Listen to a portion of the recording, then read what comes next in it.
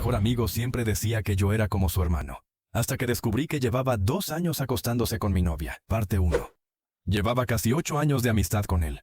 Nos conocimos en el trabajo, y con el tiempo nos volvimos inseparables. Él siempre me decía que yo era como su hermano, que podía contar conmigo para lo que fuera, y que nuestra amistad era de las pocas cosas reales que tenía. Yo le creía. De hecho, lo consideraba parte de mi familia. Cuando empecé a salir con mi novia, él fue de los primeros en conocerla. Al principio todo parecía normal. Se llevaban bien, bromeaban, y a veces salíamos los tres. Con el tiempo noté que hablaban más seguido. Mensajes, llamadas rápidas, planes que coincidían. Yo no le di demasiada importancia. Confiaba en los dos. Un día, casi por accidente, vi algo que no debí ver. Estaba usando la computadora de mi novia porque la mía se había quedado sin batería. Encontré una conversación abierta. No eran mensajes casuales, había fotos, frases íntimas y planes para verse cuando yo no estuviera. El nombre del chat era el de mi mejor amigo. Me quedé congelado frente a la pantalla. Durante varios minutos no pude moverme. Todo lo que creía sólido se empezó a romper en silencio. Parte 2. Esa misma noche los confronté. Primero a ella. Negó todo al principio. Después, cuando le mostré las pruebas, cambió de actitud. Me dijo que había sido un error, que se había sentido sola, y que él la entendía de una forma que yo no lo hacía. Le pregunté, ¿cuánto tiempo llevaba pasando? Me respondió que casi 2 años. 2 años. Cuando hablé con él, la reacción fue todavía peor. No mostró culpa real. Me dijo que las cosas se dieron y que yo estaba demasiado metido en el trabajo como para darme cuenta. Me acusó de haber descuidado la relación y de no haber estado presente. En cuestión de minutos, pasé de ser la víctima a ser el culpable en su versión de los hechos. Lo más doloroso no fue solo la infidelidad. Fue darme cuenta de que los dos habían construido una historia paralela durante años, mientras yo los consideraba las personas más cercanas que tenía. Parte 3. En los días siguientes intenté procesar lo que había pasado. Corté contacto con ambos de inmediato. Bloqueé números, eliminé chats y dejé de responder. Pero la historia no se quedó ahí.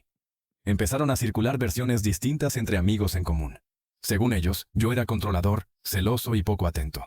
Mi ex decía que se había sentido asfixiada. Mi ex mejor amigo decía que solo había acompañado a alguien que estaba sufriendo.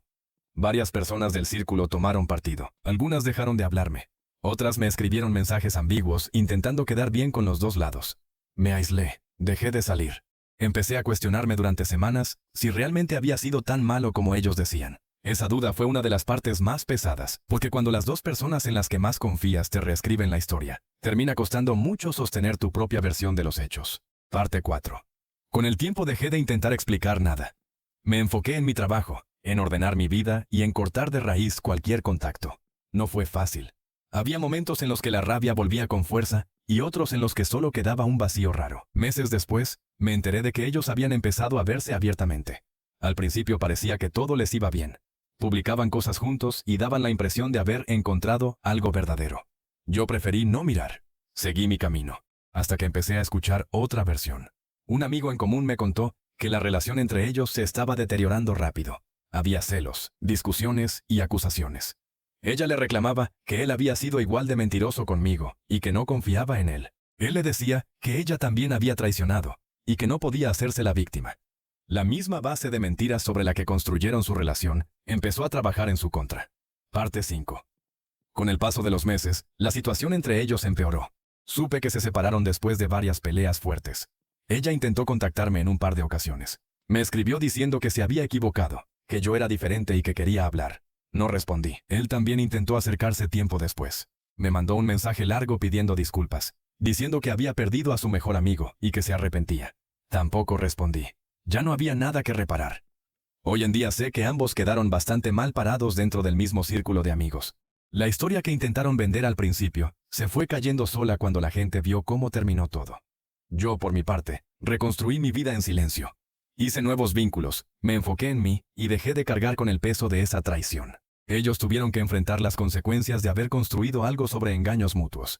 Y aunque al principio parecía que se habían salido con la suya, con el tiempo la misma deshonestidad que usaron contra mí terminó volviéndose en su contra. Yo ya no formo parte de esa historia.